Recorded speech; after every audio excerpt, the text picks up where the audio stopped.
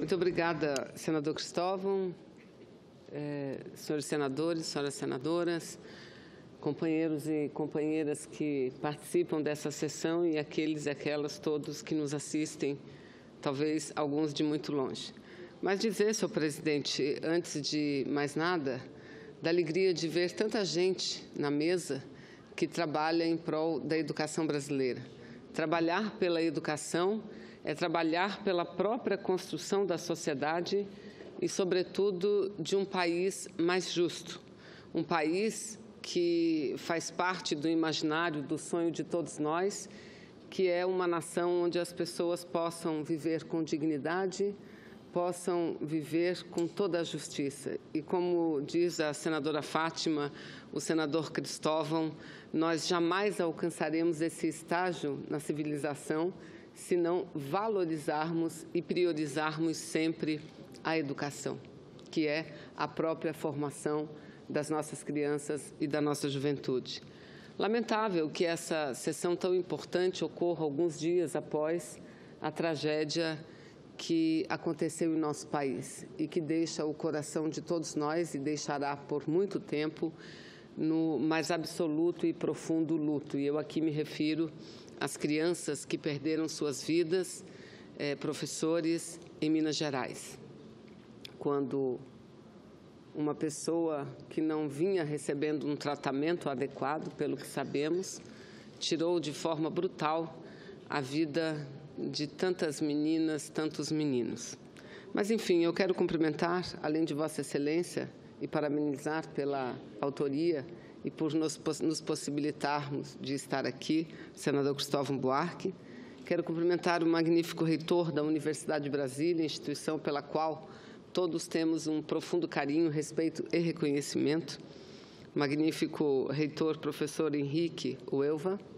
Quero cumprimentar o professor emérito também da Universidade de Brasília, UNB, professor Vamiré Chacon.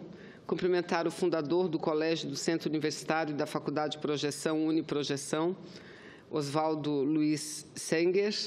Cumprimentar a professora do Centro de Ensino Especial de Santa Maria, professora Márcia Renz. E cumprimentar o presidente de Arte e Ciência, senhor Heitor Gurgolino de Souza, assim como o professor Aníbal Coelho e cada uma das senhoras e dos senhores que aqui estão. Dizer, senhor presidente, que nós falamos sempre na comemoração do Dia do Professor, aqui no Brasil, no dia 15 de outubro, data em que nacionalmente comemoramos o Dia do Professor. Mas no dia 5, 10 dias antes, comemora-se no mundo inteiro o Dia Mundial dos Professores. E a data, no Brasil, ela foi estabelecida e instituída por um decreto, por um decreto do imperador Dom Pedro I, quando criou o ensino elementar no Brasil, com a criação das escolas de primeiras letras nos vilarejos e cidades brasileiras. São datas que nos levam a refletir sobre a importância dessa categoria para a construção de uma sociedade desenvolvida. Afinal, como disse Paulo Freire, ensinar não é transferir conhecimento, mas criar as possibilidades para a sua própria produção ou a sua construção. Eu, senhor presidente, quero dizer que para mim é muito especial essa sessão, como é para Vossa Excelência, que é professor, já foi reitor da Universidade de Brasília, como é para a senadora Fátima, porque juntas nós militamos muito no movimento de professores, numa época em que servidor público, fosse professor ou de qualquer outra categoria, não era sequer dado o direito de se sindicalizar. Então, nós tínhamos as nossas associações das quais transformávamos nos nossos verdadeiros sindicatos.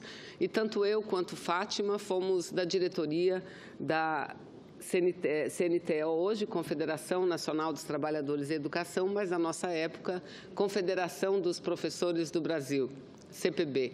E, sem dúvida nenhuma, no meu estado, no Amazonas, no Rio Grande do Norte, Fátima, em tantos estados brasileiros, foi exatamente o conjunto dos professores e professoras, dos docentes, que contribuíram muito para fazer com que reacendesse os movimentos populares que nós vimos durante o reestabelecimento da democracia brasileira. Então, para mim, é uma alegria muito grande, senador Cristóvão, senhoras e senhores, e é um motivo especial para que eu pudesse estar aqui nesse momento. Então, desde muito cedo, eu tive a exata noção da importância da educação e dos professores na construção de um país desenvolvido, democrático e justo. Mas eu quero, presidente, aproveitar essa oportunidade para ir além dessas constatações que são importantes, porque nunca é demais falar da importância da profissão do magistério. Infelizmente, isso no passado era dito e era reconhecido. Hoje não. Hoje é mais dito e nada reconhecido, porque, infelizmente, o nível dos salários, o nível de atenção que essa importante categoria recebe no Brasil inteiro é algo assim completamente algo assim inaceitável. Entendemos que a nossa sociedade vai efetivamente começar a mudar quando os professores começarem a ser tratados não por palavras, mas por atos e por gestos como verdadeiramente merecem e devam ser tratados. Então, eu aproveito essa oportunidade para falar dessa importância e da importância da educação, mas na prática, porque são esses os profissionais que, sem dúvida nenhuma, sofrem, primeiramente, qualquer impacto de qualquer reforma que atinja diretamente o processo educacional brasileiro. Eu não posso deixar de repetir, sei que os senadores que me antecederam, as senadoras, falaram do assunto, mas eu não posso deixar de falar dos efeitos do projeto de emenda constitucional de 2016 e que agora é efetivamente uma emenda constitucional de número 98, que é a emenda que estabelece o limite e o teto de gastos do serviço público. O que isso fará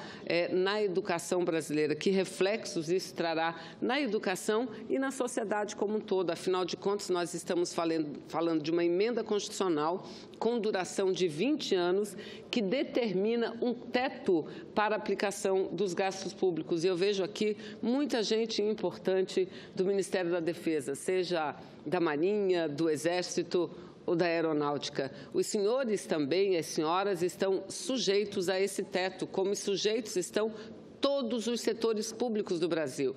A segurança, a saúde, a própria educação, a aplicação dos recursos em infraestrutura, o desenvolvimento e a aplicação dos programas sociais. É uma emenda constitucional que não tinha como objetivo, como disseram, de enfrentar um momento de crise econômica grave, porque se fosse isso, seria de fato uma transição muito pequena, mas a emenda constitucional estabelece um limite de gastos por 20 anos. 20 anos, o que significa dizer, a hora que o Brasil superar a crise, e nós, como todos os demais países do mundo, superaremos a crise, o que não nos livrará de crises posteriores, que, aliás, são intrínsecas ao próprio sistema capitalista, que é um sistema que, por si só, gera crises, porque é um sistema imperfeito, além de ser absolutamente injusto, mas imperfeito. E quando sairmos da crise, qual será o nosso dilema e o nosso problema? Por mais que aumente a arrecadação, não poderão os recursos para a área da defesa, para a área da saúde, de infraestrutura, de educação, serem ampliados. Não.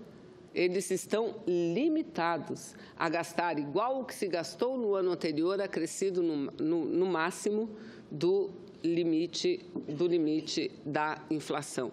Então, isso, obviamente, para a educação é extremamente danoso. Segundo uma nota técnica que foi produzida pela Associação Nacional de Pesquisa em Financiamento da Educação, FINEDUCA, a aprovação da PEC do teto significa estrangular a educação pública brasileira e tornar letra morta o Plano Nacional de Educação da década de 14 até 2024. E quais os dados sustentam essa conclusão que é aterradora?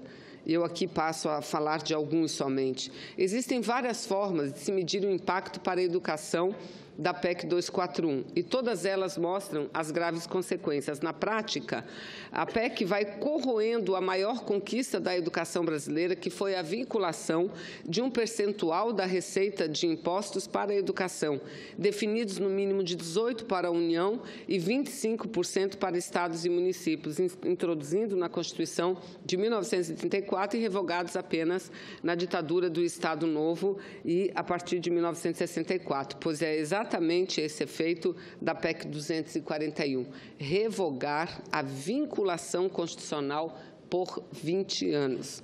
Pelos dados apresentados, constata-se que, partindo-se de um percentual de 18% e considerando-se um crescimento de receita real de 3% ao ano, após 5 anos a vinculação já estaria, após 5 anos, em 16%. Após 10 anos, em 13,8%, senadora Fátima. E após 20 anos, chegaríamos a 10,3%, ou seja, uma redução de 43% do índice exigido que seja aplicado em educação.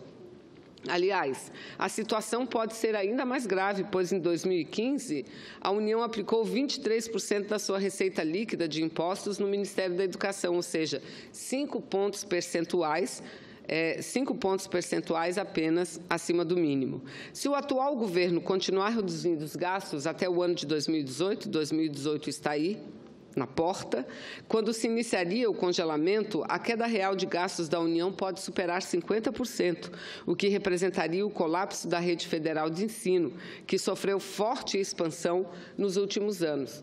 E apesar dos estudos apontarem para um agravamento da situação na educação após 5 anos, esse ano já estamos assistindo ao estrangulamento financeiro das universidades públicas e dos institutos federais.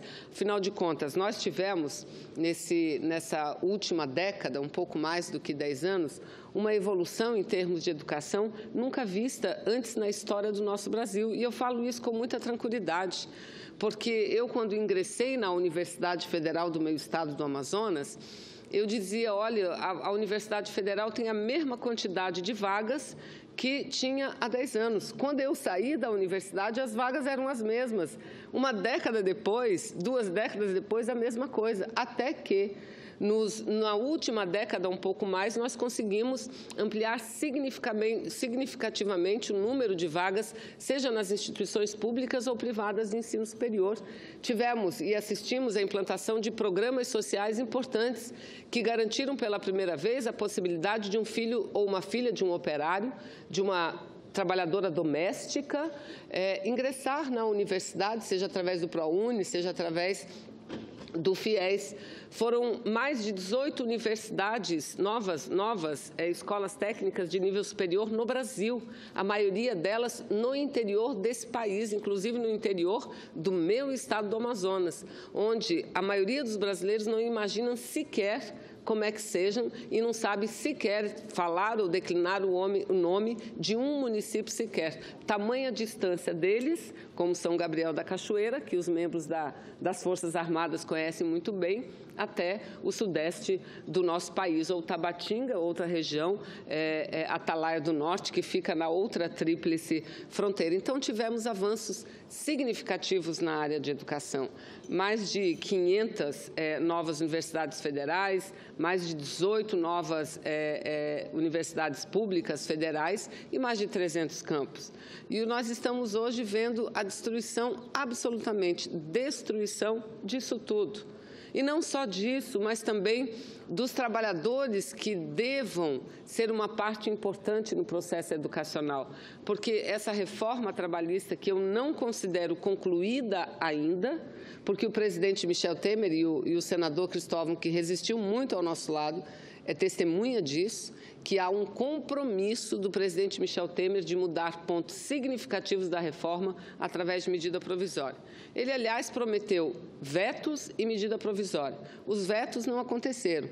Esperemos que agora a medida provisória aconteça, para não permitir que façam com o que querem fazer no Brasil, precarizar de vez as relações de trabalho, criando trabalho intermitente, onde, através dessa nova modalidade, eles acabam com o salário mínimo, criando o tal do autônomo e empoderando tanto o autônomo individual que consideram a possibilidade de ele ser um autônomo, um trabalhador autônomo, exclusivo ou não, trabalhar para um único patrão ou não, com continuidade ou não. O que significa dizer, é o trabalhador que hoje tem carteira de trabalho assinada, deixará de ter e passará a ser um autônomo. E ainda dizem, nesse discurso do liberalismo, que essa é a modernidade, onde as pessoas são livres para escolher para quem trabalhar, em que jornada trabalhar. Isso não é verdade. Isso é a maior de todas as balelas. A modernidade, enquanto nós vivermos nesse sistema de exploração absoluta da mão de obra, é que deva ter um mínimo por parte do Estado de amparo aos trabalhadores. Mas, senador Cristóvão, meu tempo já se vai e eu quero dizer que essa é uma sessão solene de comemoração. Mas essa é a minha forma de comemorar. É a forma de comemorar e dizer o seguinte: nada, absolutamente nada, deva nos abater.